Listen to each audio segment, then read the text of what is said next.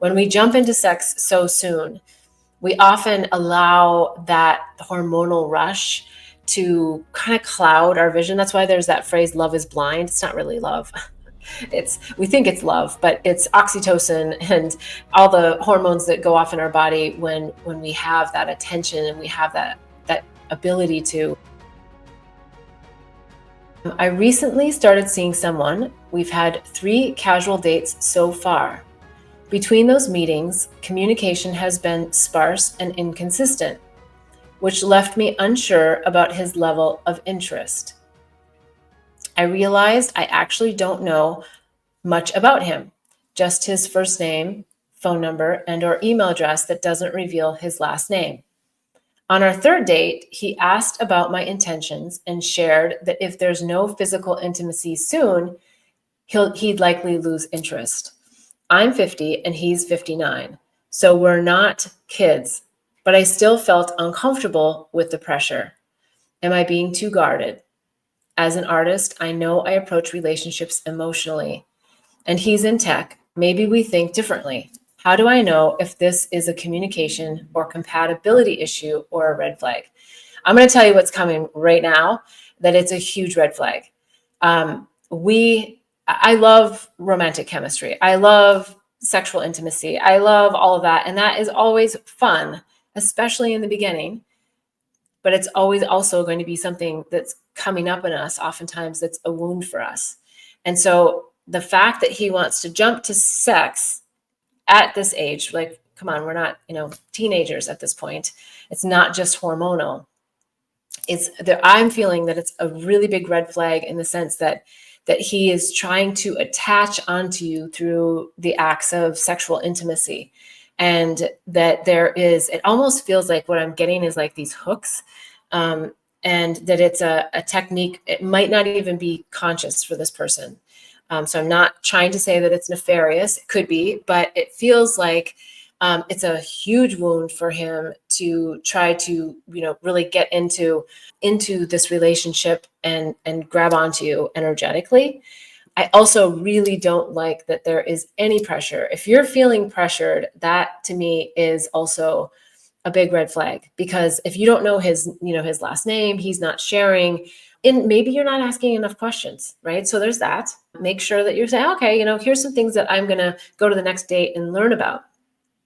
But also what's coming is ask yourself, what is it about this person that's of interest to me? Like, why am I feeling this pull and this draw? Sometimes it can be, I don't know if this is true for you, but it can be that we just really like the attention.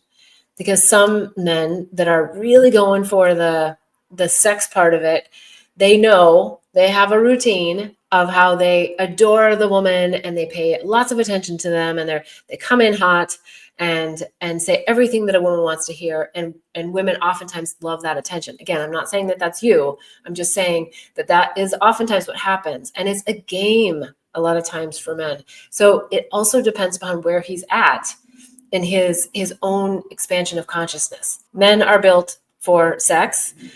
We like to think that as they grow older, they also mature, and that they start to see the depths of what relationship can be for them. And I'm not getting that this guy understands the depths of relationship, because when we have any kind of intimacy like that with a man or a woman together, or 2 people, we are connecting with them on an energetic level. Like, there's a lot more happening than just a kiss or just intercourse. There's a lot happening. And so we really want to know that our soul is going to be held in a sacred space with them. And yes, of course, there's times when I'm sure, everyone has probably, not everyone, but a lot of people have just gone out and had that one-off or that one-night stand or whatnot. But I don't think that's where you're at. And if that's where he's at, where he needs to see where you're at sexually before he's willing to move forward in the relationship, then he's not that interested in you. And I feel like you are just this incredible soft soul that really wants to have this deeper connection, and building that foundation in the beginning of a relationship is the most important.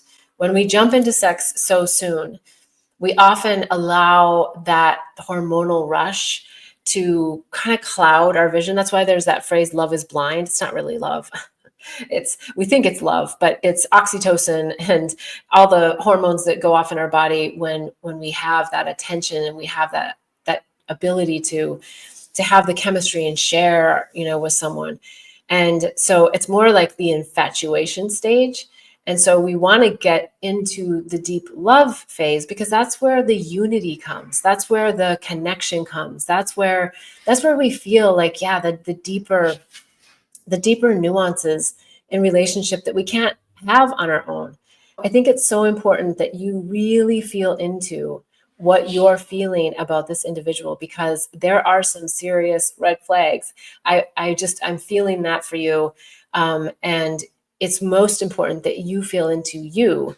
And hey, is that really, because you're saying, is it a red flag? I don't think this is a compatibility issue per se, other than you're not compatible from, your spiritual journey. You're not compatible from an awareness journey, from a place of wanting to know the person on a deeper level. I mean, definitely having his last name, being able to even Google someone if you want, or look them up on Facebook, or any of those things. Another thing that you could potentially, if you really feel like you like this person. So I'm going to go back to one other thing that I mentioned earlier.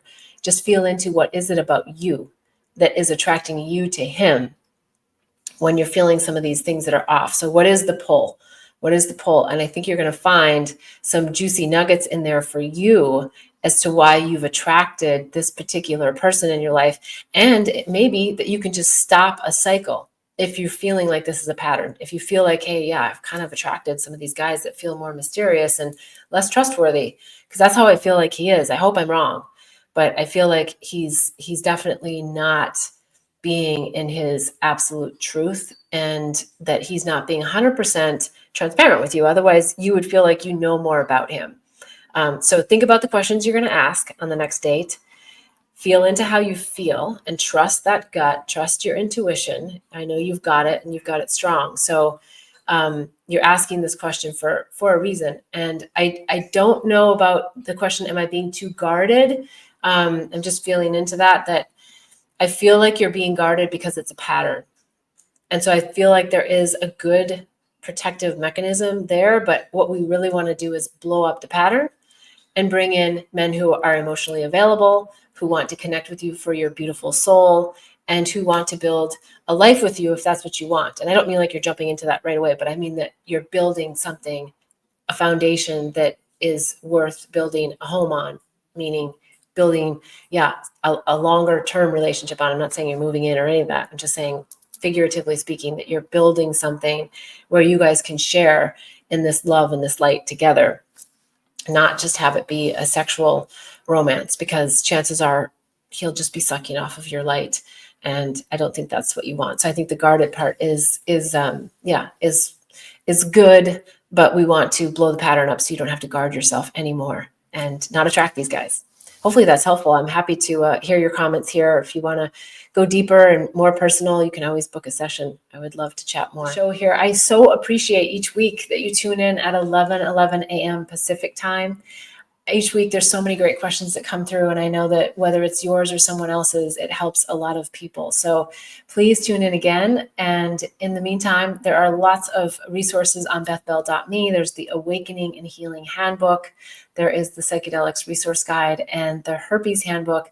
All great resources for various reasons, whether you have a virus of the mind or you want to have your next breakthrough on your spiritual journey and you want plant medicines or other psychedelics to help you out, or if you're just wondering about some really great techniques to help you, tips and techniques to help you break through some of the patterns and programming that are holding you back from living your divine blueprint. All right. And if you haven't already done the State of the Heart assessment, you can also go to bethbell.me and get that and get your results. It's fun to see exactly where your heart is. Is it blocked? Is it broken? Is it healing? Or is it whole? And of course, there's also private sessions that you can book on bethbell.me. All right. Until next week, I'm wishing you much bliss and love on the journey. Namaste.